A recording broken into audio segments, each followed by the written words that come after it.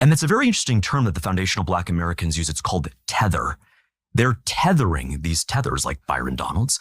They come here literally one generation in, and they try to just sit around and act so folksy that we're all part of the same struggle and we're all down on our, and we need to fight against. No, you just got here, dude. Hit that like button, subscribe to the channel, and share the video. You can support Uncensored Conversations via Cash App or buying your girl a coffee. And they called you a racist for that? They did. Which is actually quite interesting because I got a call from the Foundational Black American Society here in Florida who reminded me that Byron's mother is Jamaican, he is Panamanian, and they found it quite insulting in their words that he would try to claim victimhood of slavery, not a single descendant of American slaves. I didn't know there was a society. It was always my understanding that FBA is just lineage. There's no actual society. Maybe he's just calling it that, but it's my understanding that it's not an actual society, okay? It's just a lineage. That's it. There's no movement, no group. Now, within the FBA lineage, there are different movements that have come about to advocate for certain things, yes. But FBA in and of itself is just a lineage. I'll rewind this back so we can focus on the other parts that he said. And they called you a racist for that? They did. Which is actually quite interesting because I got a call from the Foundational Black American Society here in Florida who reminded me that Byron's mother is Jamaican, he is Panamanian, and they found it quite insulting in their words that he would try to claim victimhood of slavery, not a single descendant of American slaves in his family. I like those foundational guys. They're so good. Tariq Nasheed and all. I mean, I don't agree with everything, but like they've got a perspective. If your family's been here 400 years and the descendants of a lot of American slaves or families have been here 400 years, I don't know. I think that gives, I'll listen to you. Like you've 100%. you've got a point of view that is legitimate, I think. Yeah. And they're unequivocally heritage Americans. That's for sure. 100%. They're definitely heritage Americans, if anyone is. And, someone rolls in from Ghana and gets an MSNBC slot and starts speaking on behalf of Black people. It's like, shut up, honey. You've got nothing to do with this. Right. That's Literally. a fair perspective, right. I think. And so it's good to actually see them call them out for that. That's actually cultural appropriation. Appropriating the struggle of slavery. I totally agree. And the struggle of slavery was real. I don't think Republicans ever want to really whitewash that. It's real, right? But for we're Byron, against slavery. We're against it. Whether it's in the, West Bank or here or anywhere. Or anywhere. Yeah, against it. And so for Byron's group, his team, to call me and essentially our entire supporting base racists for saying that you're a slave when quite literally you took $45 million. You won't tell us what you agreed to take that money this early in a primary, which is unprecedented. You know this, how unprecedented that kind of money is in an uncontested primary until now. But secondarily, to actually go out and try to gaslight us and think that you're just one of those guys that has been here, since the early 1800s and your family was in the struggle too, you're not. And that's a very interesting term that the Foundational Black Americans use. It's called tether. They're tethering these tethers like Byron Donalds.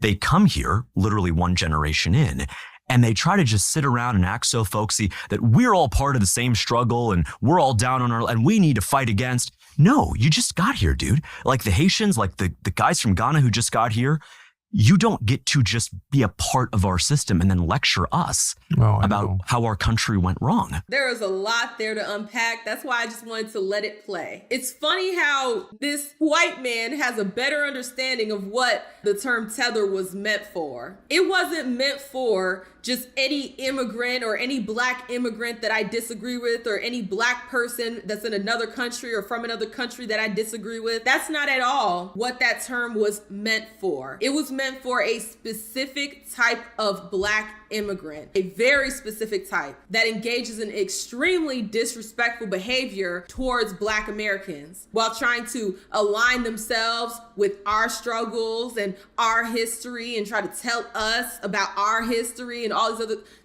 is very specific. And I want you guys to take note to what Tucker Carlson said. Honestly, everything is kind of working out perfectly because we've already talked about this. What did Dream say? People got to learn to just eat the meat and spit out the bones. Tucker Carlson said, hey, yeah, Tariq Nasheed, I like him. I don't agree with everything he has to say. Why can't people be nuanced in their understanding or perspectives about people? Because I feel the same way. I like Tariq Nasheed. There's a lot of things that he says that I think are hilarious. The way he roasts people is next level. But with that being said, I don't agree with everything, and I don't have to. People are nuanced. I can still rock with somebody and be like, I don't really rock with that, but this person I think is funny. I think they're cool for whatever reason. I'll give you another example, and y'all might crucify me for this one, but I'll stand 10 toes down on this one. My favorite raccoon has to be Jesse Lee Peterson. That man is so stupid, it's funny. There was a time period where I was watching The Fallen State, his little interviews he was doing, and I would watch them. He would say some of the dumbest things literally possible,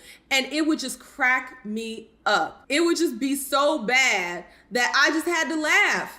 I had to laugh. Every time he responds to you, it's always, well, you're acting like your mother, or this is amazing. Like the way he just handles all his interviews, it's so stupid, it's funny. So he's my favorite raccoon. He does all the tap dancing, but I think it's hilarious. So I was watching The Fallen State. Like I would watch, exactly, beta. There's so many different like little sound bites that are just so stupid and funny. It doesn't have to be a light switch of this or that. We can look at different things and be nuanced. We have a united issue. And I talked about this last night, but I wanted to go into more depth here. As Americans, we have a big problem with folks coming over here and trying to take away from our American culture. Because Americans do have a culture, whether people want to acknowledge it or respect it or not. And the erasure theory that you hear a lot of white folks talking about, how they're being erased out of their own country or being erased out of their own culture and all this other stuff. Understand,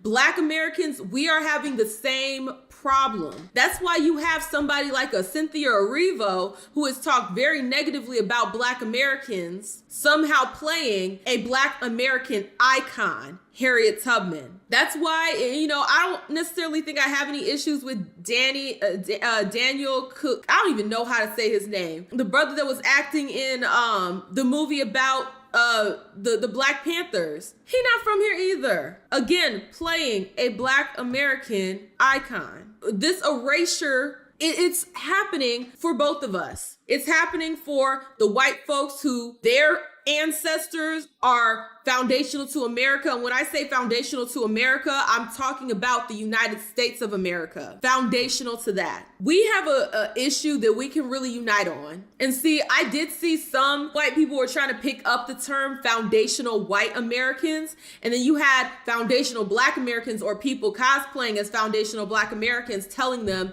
not to do that. You're trying to steal from us, and just main character syndrome behavior. And I'm like, look, we have to be strategic. We have to be very strategic in how we handle situations. That's the reason why Black folks don't have anything to this day, because we don't actually use strategy to get what we want. The people coming in here and trying to chin check and erase Black Americans understand the white people that are dealing with this very same problem. Guess what? We can align and regain our country. And then after that, we can figure all our other stuff out. But guess what? People will be more willing to come to the drawing board to figure some stuff out if we can strategically align over different issues and create solutions to those issues. Now, with that being said, you don't go into situations thinking that the other person is perfect or thinking that the other person is always gonna have your best interest. Absolutely not. You have situations where people will align on different things and then they'll backstab you the moment you solve the problem. They backstab you after the fact. I'm not saying we have to be naive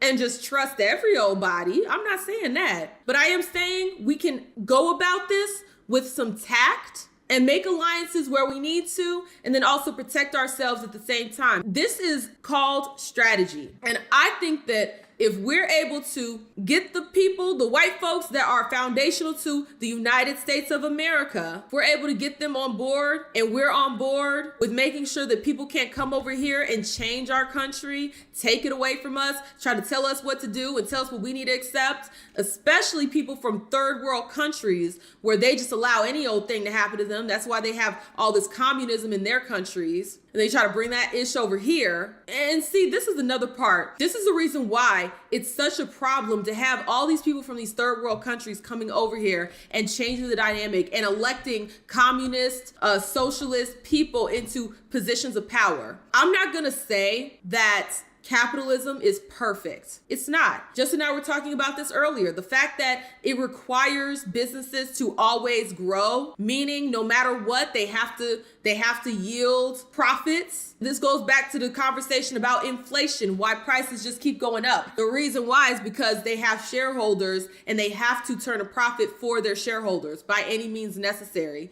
So that means prices get inflated. That means people get screwed out of their jobs. There's a lot wrong with capitalism. Don't get me wrong. There is a lot of problems with capitalism, but I will take capitalism over communism any day, because guess what? Both have an elite class. Don't let these motherfuckers confuse you. Both have an elite class. But guess what you have the ability to do? It might be hard, but guess what you have the ability to do in a capitalistic system? Upward mobility. When it comes to a communist system, they keep you as subservient at a lower level indefinitely. It's almost like the caste systems that they have over there in India. It's actually exactly like the caste systems that they have over there in India. You don't have the ability to do upward mobility under a communist system. And that's why you have people like Mandani or whatever the his name is, or any of these other communist socialist individuals that have a lot of money. They know that they're going to be a part of the elite class.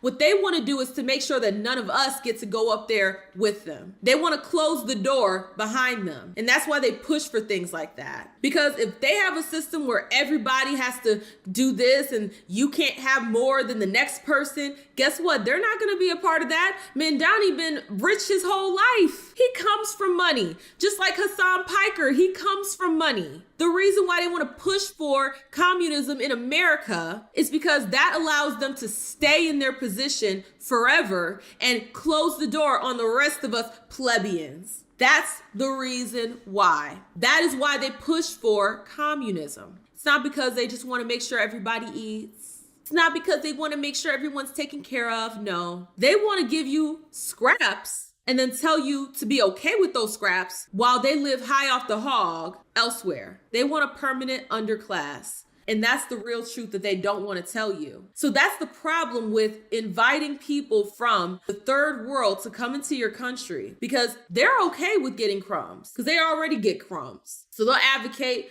for the crumbs over here. And then they'll elect people that will ruin your opportunity for upward mobility that you are allotted in a capitalist system. Like I said, capitalism isn't perfect, but at least there's a door open. It takes a lot of hard work to get through that door, but it's possible. You could have somebody that goes to sleep poor one day, wakes up multi-millionaire the next day. It happens. Whether they keep that money, that's on them and their financial literacy. The possibility, the opportunity is there. So we have a very big issue as Americans, as foundational Americans. And if we unite on that issue, then we can solve a problem that's not only plaguing the white folks, but is definitely plaguing us as foundational Black Americans. So that's why I have no issue with white folks that are actually foundational to America, the United States of America. I have no issue with them adopting the term foundational white American, and then we can work together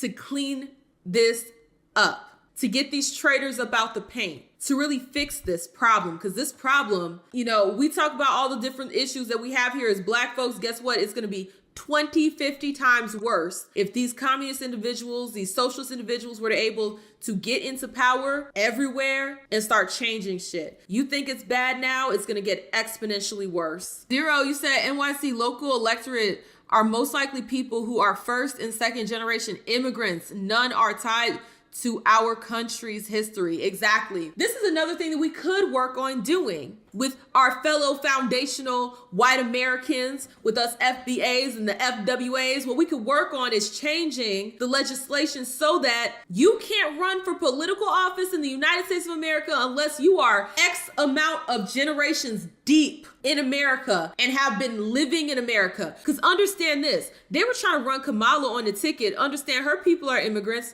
first gen, and then she grew up in Canada. She didn't even grow up here. She's talking about she want to be the president of the United States of America. You have no ties to America, no real ones. The bitch doesn't even have children in America, not none that she's birthed herself. You have no ties to this land. Whereas my people, if you're FBA or FWA, your people have ties to this land. You are connected to it. You have an invested interest in the well-being of America. People who are not here for X amount of time have roots that are deeply ingrained. They don't have somewhere they can flee to. Because understand, Kamala, she could flee to Canada and she could also flee to India or Jamaica. She has places she can flee to. We don't. Black Americans, foundational Black Americans, we don't got nowhere to flee to. Where we gonna go? Along with your foundational white Americans, the ones who've been here, their lineage has been here, where they gonna flee to? They can't go back to Europe because guess what? Europe's been conquered. Even if they wanted to trace their roots back to whatever European country they came from, more likely, it ain't that no more. So where they gonna flee to either? We can combine efforts to fix this particular problem. So I have no issue with foundational white Americans adopting that term and us working together to solve this problem. That doesn't mean we need to be naive and think that they're our best friends in the world and that they all have our best interests. No, but we need to be strategic. That's what everybody else does. All of this conquering America from within, that was a strategy that was played out. We need to be more strategic. And I think that this is a good thing. This is the net positive. This conversation that we're having was a net positive. You know what it reminds me of? It reminds me of when Trump, during the 2020 election, he got out there and he said that Black Americans built this country. African Americans built this nation. You built this nation. You know, you're just starting to get real credit for that. Okay, I don't know if you know that. You're just starting to get, you built the nation. We all built it, but you were such a massive part of it. Bigger than you were given credit for. Does that make sense? Right?